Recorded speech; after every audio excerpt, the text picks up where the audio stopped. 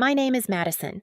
I'm 28, and 2 months ago, my mother humiliated me in front of my entire family.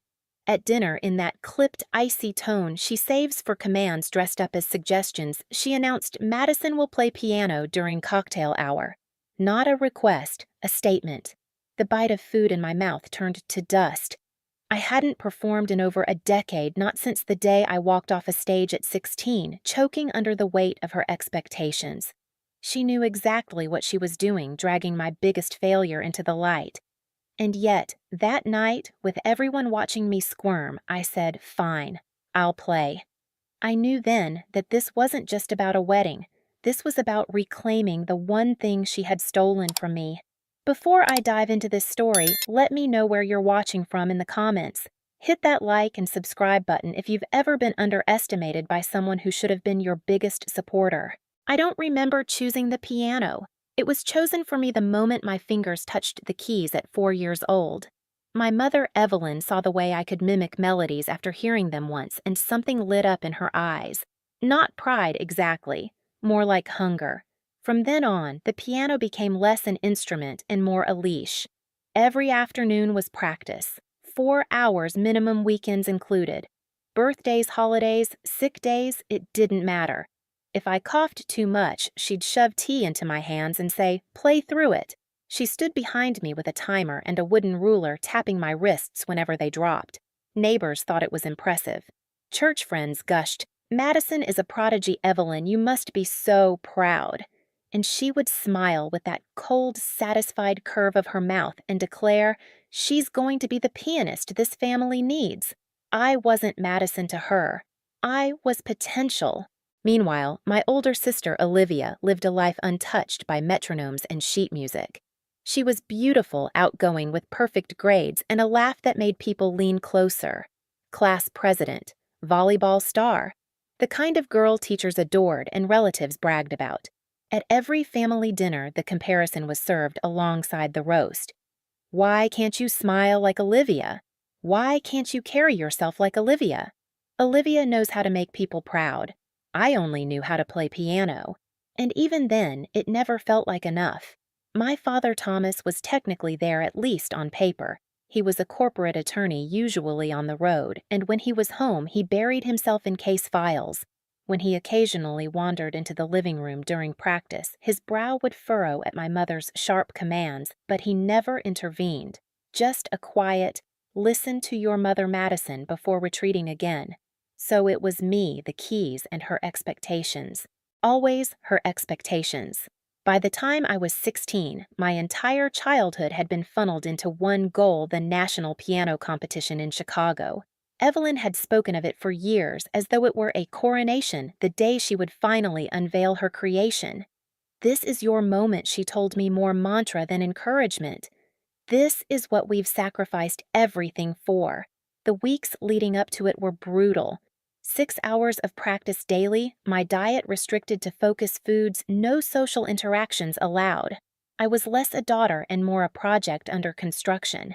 When the day finally came, the weight of her ambition pressed so heavy on my chest I could barely breathe.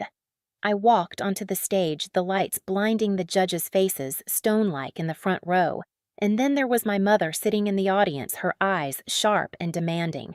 My fingers hovered above the keys, trembling. I told myself to focus. This was Rachmaninoff music I had practiced so much it lived in my bones. But bones can break. I started. The first notes stumbled. I caught them, then stumbled again. Panic spread faster than my fingers could keep up. Halfway through, everything unraveled. My hands froze.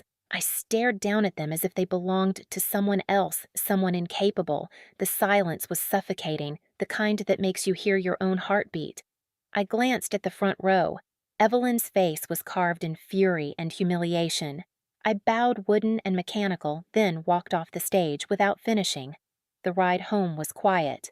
No radio, no small talk, just the sound of my shame filling the car like smoke. When we pulled into the driveway, she finally spoke. Her voice wasn't raised, it was colder than shouting could ever be. I've wasted 12 years of my life on you. That sentence became a tattoo on my brain, seared into every nerve ending. I shut the lid on the piano that night and swore I would never open it again.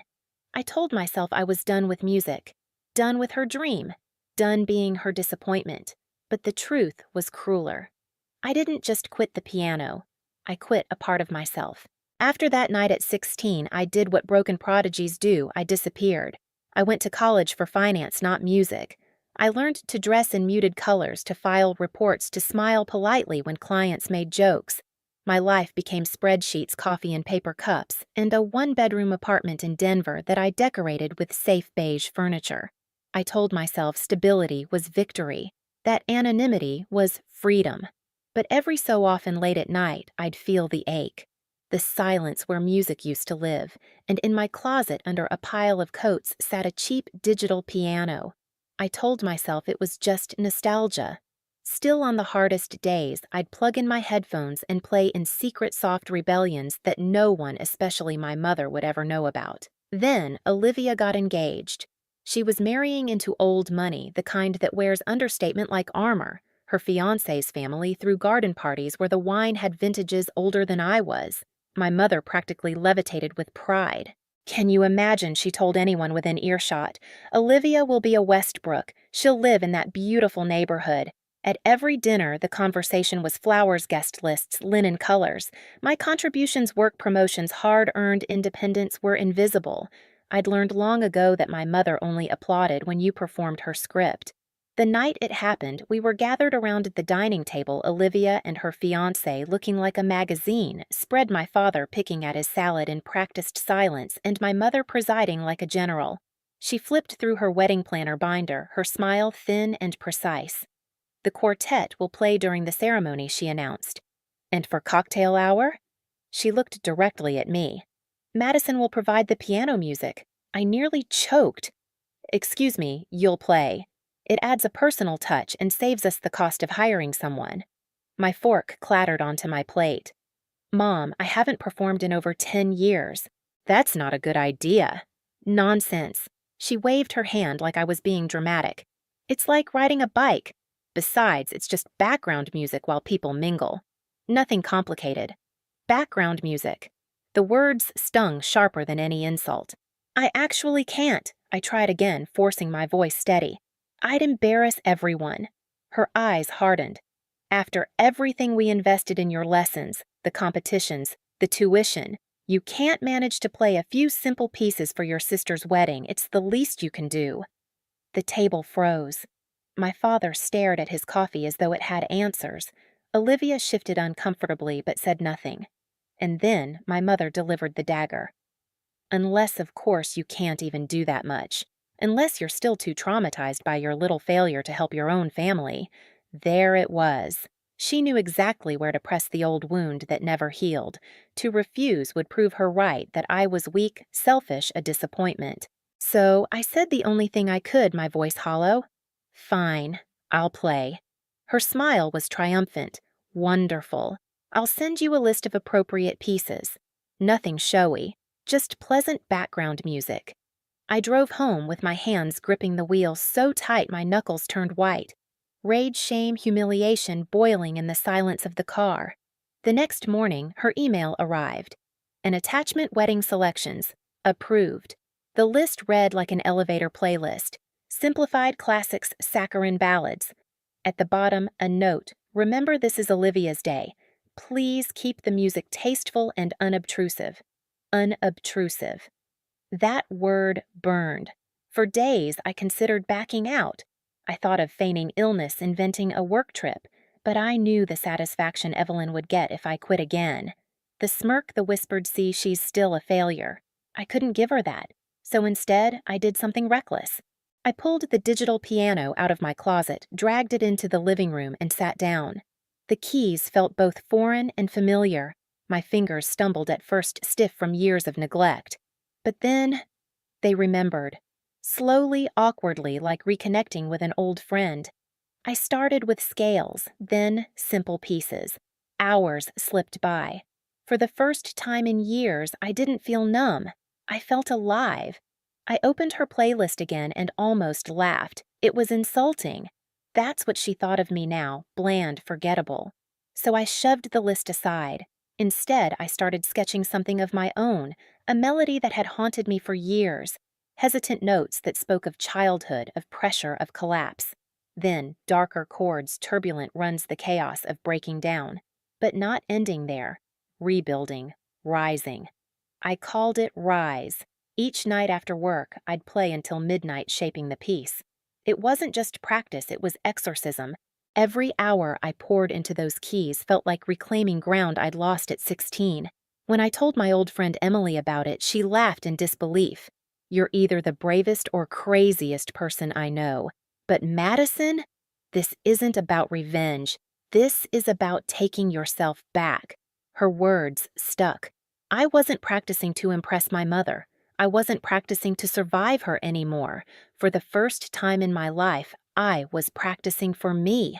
And yet, the question lingered like a shadow. Would I have the courage to play it, to sit at that piano with her eyes on me and tell my story out loud through sound?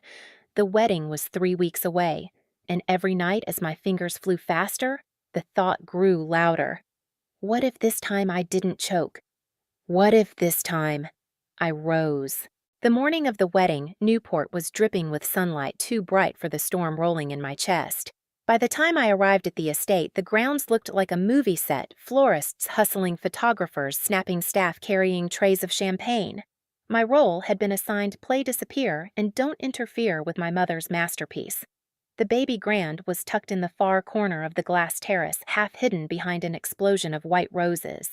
Perfect, I thought bitterly. She hadn't just given me a job, she'd given me a hiding place. Before the ceremony, Evelyn found me adjusting the bench. Her lipstick was flawless, her smile carved in porcelain. She leaned close. "Remember Madison. Nothing flashy, just ambiance. People are here to network, not to watch you." I nodded. On the outside, calm. On the inside, a storm beating against its cage. The ceremony itself passed without a hitch, Olivia radiant in her gown, vows exchanged beneath a floral arch, guests dabbing tears. I clapped, I smiled, but my pulse never slowed. I was counting down. Cocktail hour arrived. Guests drifted into the terrace, the air filled with laughter and the pop of champagne corks. Waiters carried silver trays between clusters of silk dresses and dark suits. No one looked toward the piano. That was the point. I sat down, inhaled, and let my fingers touch the keys.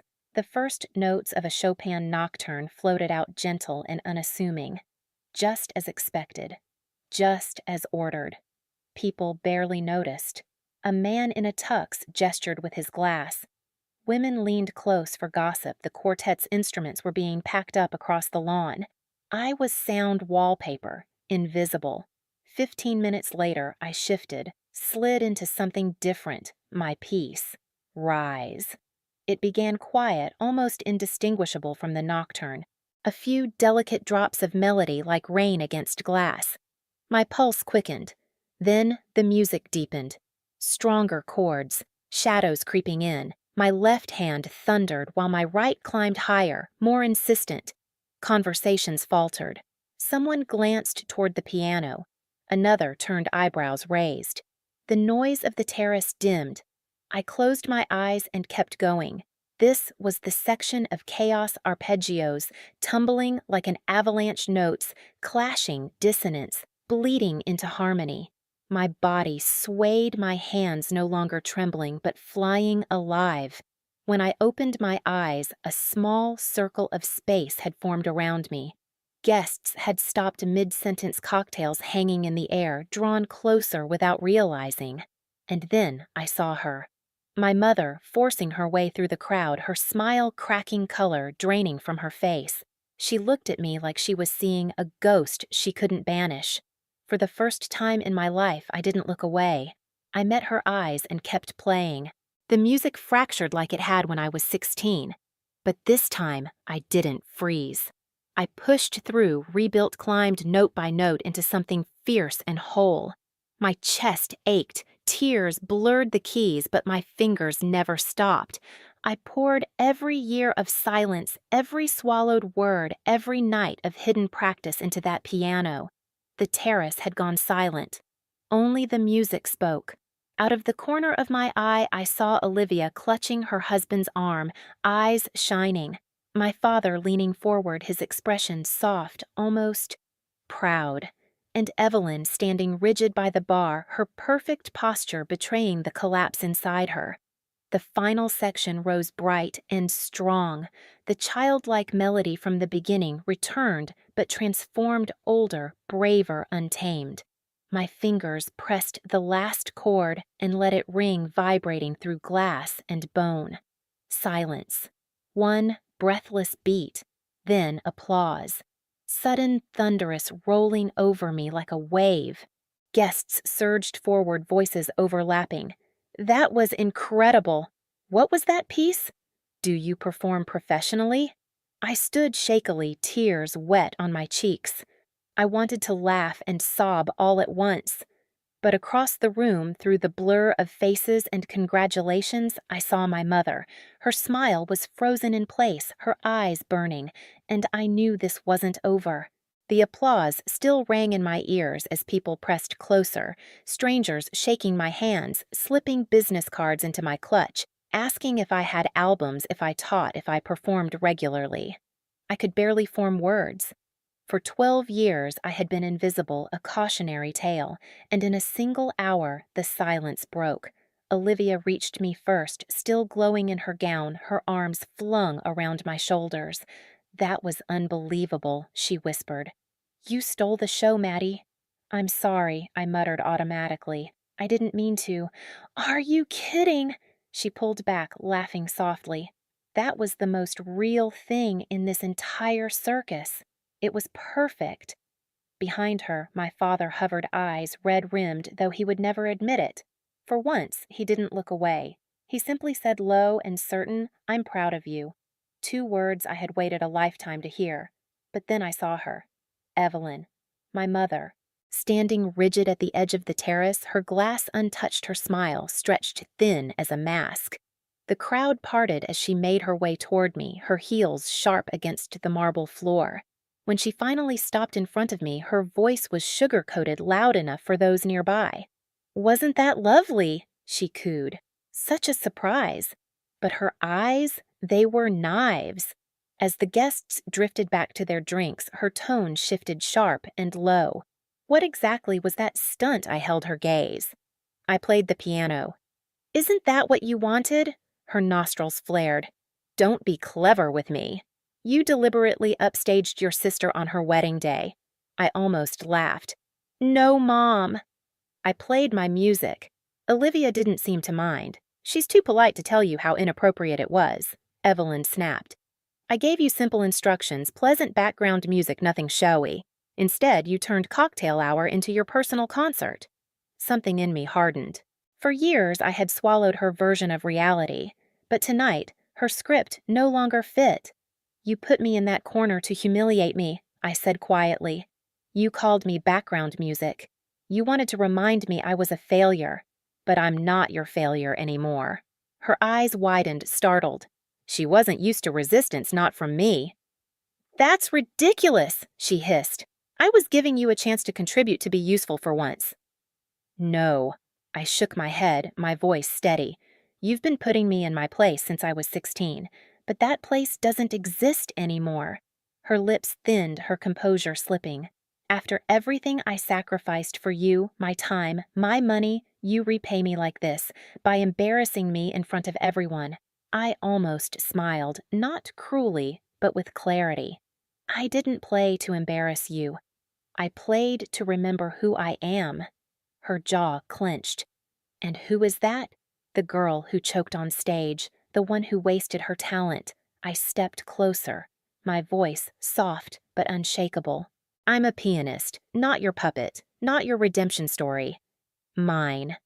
For a long moment we just stood there, the mother who had shaped me with iron fists and the daughter who had finally broken free.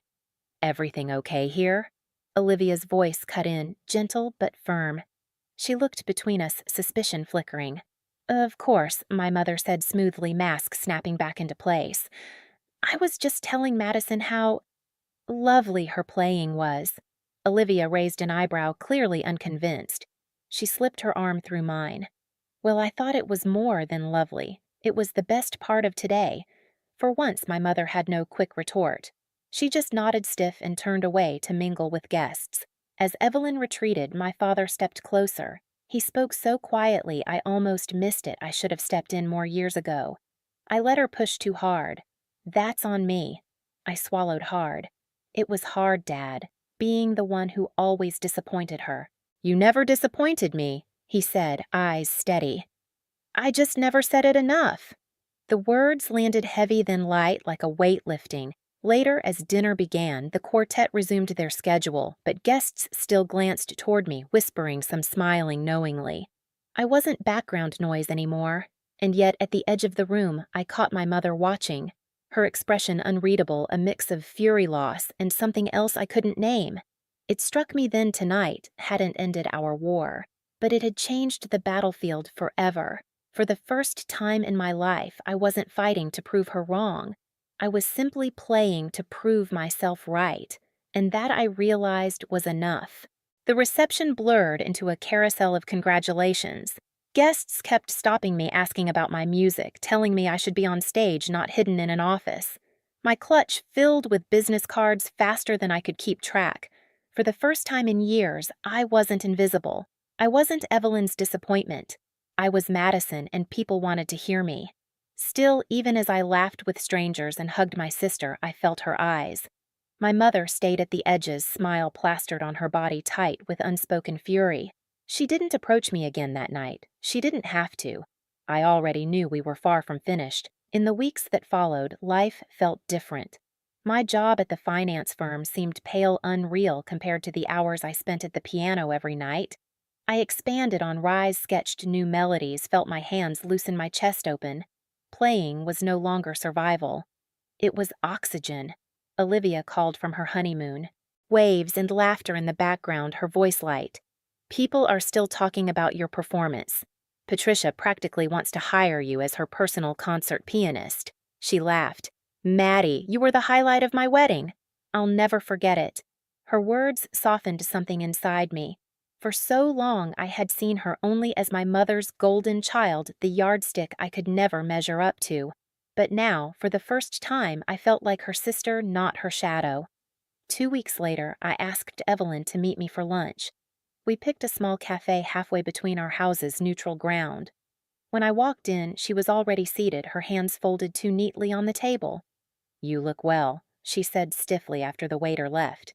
Thanks, I replied. I studied her across the table. She seemed smaller somehow, her edges less sharp. There was a long silence before she spoke again. Your father tells me you've been playing. I nodded. Every day. That piece you played. She hesitated, unusual for her. You wrote it yourself. Yes. I called it Rise. Her lips pressed together. It was impressive. Not what I expected. Coming from Evelyn, that was practically an outpouring of praise. I felt a weight lift, small but real.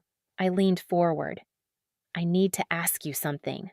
When you insisted I play at the wedding, was it really about saving money, or was it about reminding me of my failure?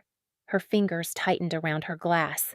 For a moment, I braced for denial, the usual rewriting of history, but instead, she surprised me. I don't know, she admitted quietly. Maybe both, maybe neither.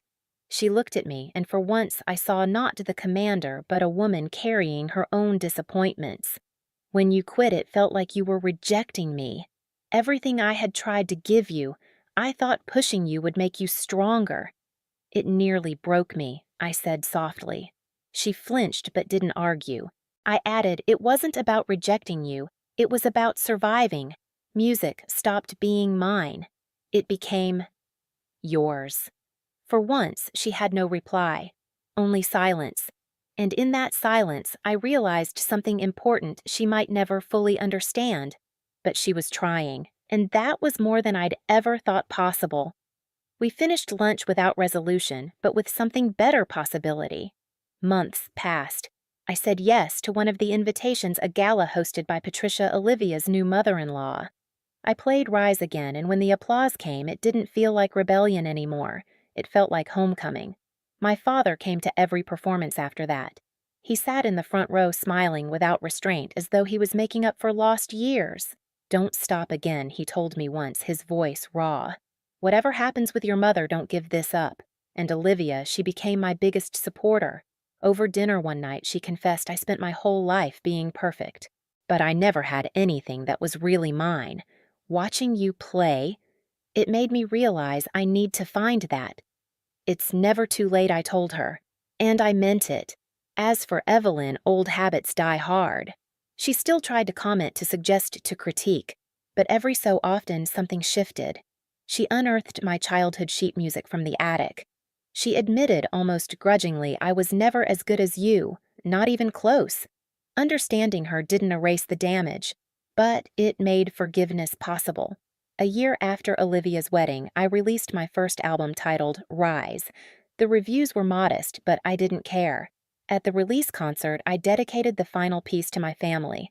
"For those who shaped me for better and for worse," I said from the stage, "for teaching me that sometimes the longest journey is finding your way back to yourself."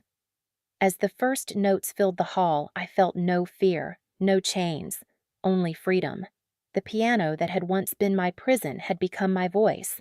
The thing meant to keep me small had lifted me. I wasn't background music anymore. I was the song, and I had finally risen. If you've ever had someone try to silence you or make you feel like background music in your own life, tell me your story in the comments. I'd love to read it. And if my journey resonated with you, hit like, subscribe, and share this video with someone who might need the reminder it's never too late to rise.